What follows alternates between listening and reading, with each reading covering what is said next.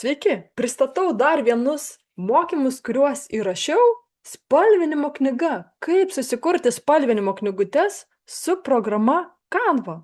Pirmiausia, pasižiūrėsime ir aptarsime, kokia turi būti spalvinimo knygutė ir kaip pasirinkti temą. Kam skirta spalvinimo knyga?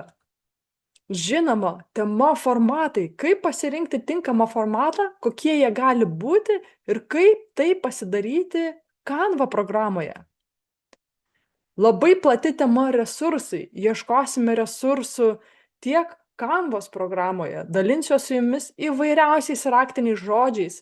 Taip pat aptarsime, kur mes galime ieškoti nemokamų resursų, išėję iš Canvos programos. Ir žinoma, aptarsime licenzijos. Ar licenzijos leidžia naudotis resursais ir kaip tai padaryti, kad mes nepažeistume licenzijų, kai spausdinsime spalvinimo knygutes. Taip pat su jumis pasidalinsiu šablonų, kur rasite jau daug išsaugotų įvairiausių grafinių elementų. Tema fonas. Šioje temoje mes aptarsime, kokie galėtų būti fonai, kaip juos kurti, kad jie netrukdytų spalvinimui. Tema viršeliai ir nugarėlės.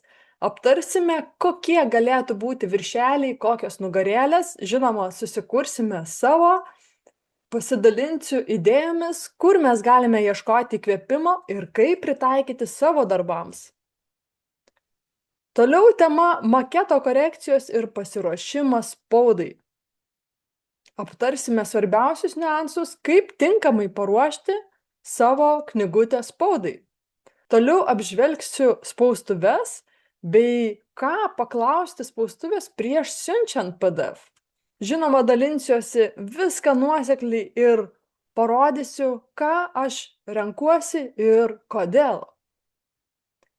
Dar viena tema – licenzijos. Pasidalinsiu patarimais, kaip pasirinkti tinkamai, kas yra saugiausia ir ką daryti, jeigu turite Canva for Educators paskyrą. Ir štai rezultatas. Aptarsiu savo gautą rezultatą, jau laikydama rankose atspausdintą knygutę, kurią sukūriau su Canva.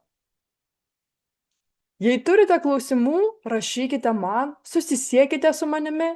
Mokymus rasite www.edukursai.lt. Tad kviečiu prisijungti ir susitikime prie ekrano. Iki!